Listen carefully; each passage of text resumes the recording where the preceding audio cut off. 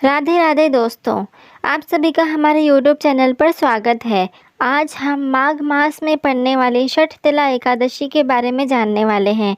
षठतिला एकादशी कब है, पूजन विधि, पारण का समय और इसकी कथा। आइए जानते हैं षठतिला एकादशी का महत्व।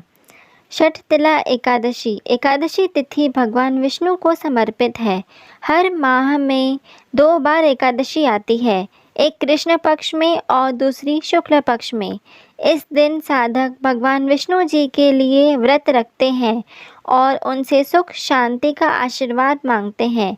एकादशी व्रत की शुरुआत सूर्योदय से होती है और इसके अगले दिन द्वादशी तिथि को समाप्त होती है।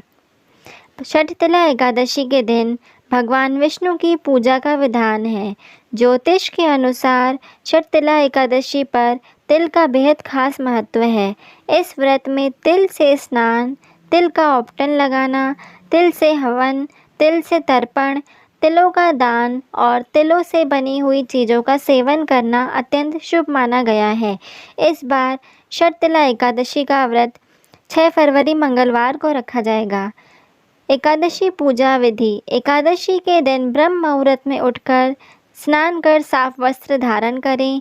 इसके बाद मंदिर की साफ सफाई करें और गंगा जल का छिड़काव कर शुद्ध करें। अब चौकी पर पीला कपड़ा बिछाकर भगवान विष्णु की मूर्ति स्थापित करें।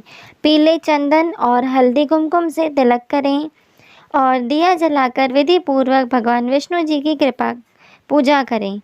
इसके बाद विष्णु चालीसा का पाठ और आरती करें। अब खीर, फल और मिठाई का भोग लगाएं। भोग में तुलसी दल को अवश्य शामिल करें। अंत में लोगों को प्रसाद का वितरण करें। माघ मास के कृष्ण पक्ष की एकादशी को षठतिला एकादशी का व्रत रखा जाता है।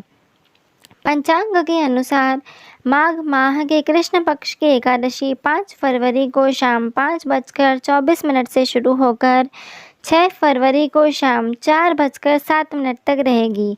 उदया तिथि के अनुसार 6 फरवरी को व्रत मंगलवार को रखा जाएगा। इस दिन भगवान विष्णु के निमित्त व्रत पूजा और तिल दान करने से मनुष्य को सभी सुखों की प्राप्ति होती है।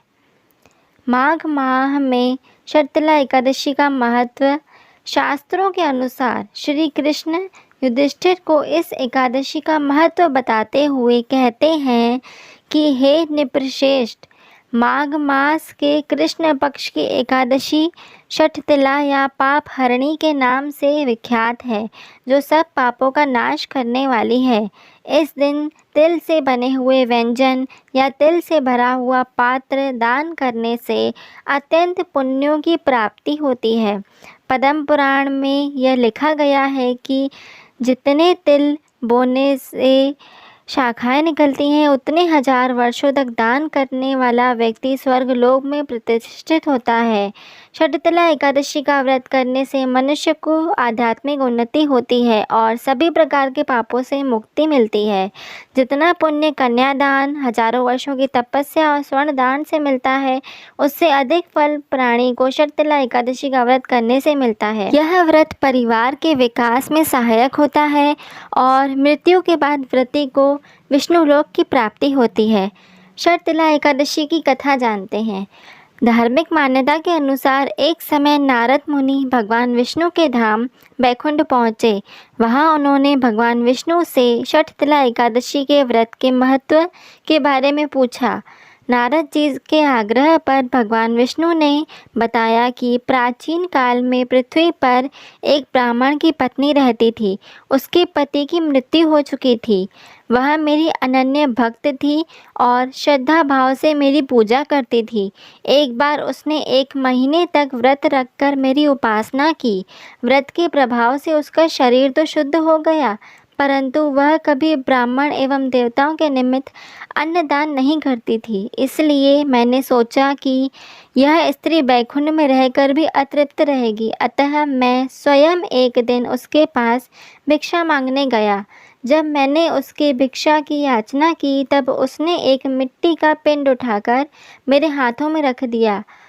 मैं यह पिंड लेकर अपने धाम लौट आया। कुछ समय बाद वह देह त्याग कर मेरे लोक में आ गई। तब उसने देखा यहाँ पर उसे एक कुटिया और आम का पेड़ मिला। खाली कुटिया को देखकर वह घबराकर मेरे पास आई और बोली कि मैं तो धर्मपरायण हूँ, फिर मुझे खाली कुटिया क्यों मिली। तब मैंने उसे बताया कि यह अन्नदान नहीं करने तथा मुझे मिट्टी का पिंड देने से हुआ है।